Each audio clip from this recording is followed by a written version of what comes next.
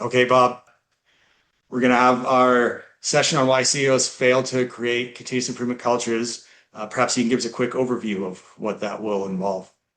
Yeah, we're going to have a look at the different things that are operative that unfortunately, help prevent more CEOs from understanding and embracing lean management. And so we're going to look at some things that might be a little discomforting, but it's useful information to know what you're up against. And what I always like to tell people is it's better to know the lay of the land in detail so you can succeed with what you set out to do. So what I'm going to try to do is share with you the lay of the land, and that'll give you a lot of food for thought and hopefully inspire you to think of the kind of things that you'll need to do to adjust your approach to advancing lean management within your organization.